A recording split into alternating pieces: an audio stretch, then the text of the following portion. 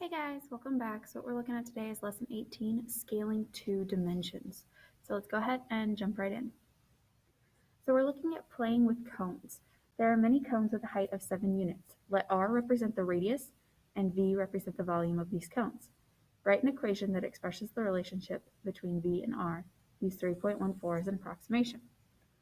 So as we know, a cone is going to have volume equals 1/3 pi r squared h.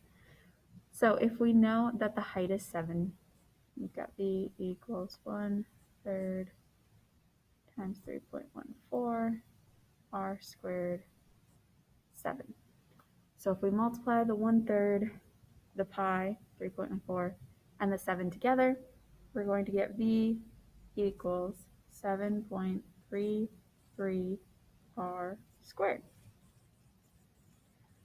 What do you think will happen? So predict what happens to the volume if you triple the value of r. So if we took and tripled whatever our radius was, what's going to happen to the volume? Is it just going to triple? What do you think? So if we did an example, if it was 1, then our volume would be 7.33. If we plugged in 3, because that'd be 3 times as much, we'd had 7.33 times 3 squared. 3 squared is what? 9. So it would end up being 9 times bigger. So because of the fact that there's the square on the radius, it's going to take and make it 9 times bigger instead of just the 3 times bigger. So squared is your keyword for this lesson. All right, we're going to take and graph out this equation. For the y-axis and our radius for the x-axis. So to graph this, remember our equation is v equals 7.33 r squared. So if we plug in 1 for our radius, 1 squared is 1, times 7.33 is going to be 7.33. So it's going to be really, really low down here. We know it's going to go through 0, 0, because if we have no radius, we have no volume. If we use the point 3, 3 squared is 9, and 9 times 7.33 is going to give us 65. So we'll be right about here. Then if we use 6, 6 squared is 36. 36 times 7.33 is going to give us 263.88.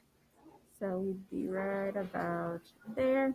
And if we use 9, 9 squared is 81. 81 times 7.33 is going to give us 593.73. So our graph would be a curve. So it's not a linear relationship. And so for number 4, what happens to the volume if you triple r? It's radius squared times bigger. So it's going to take and be 9 times larger.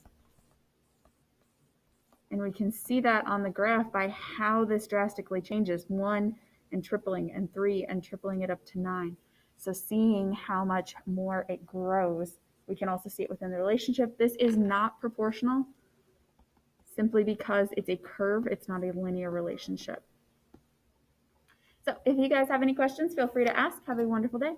Bye, guys.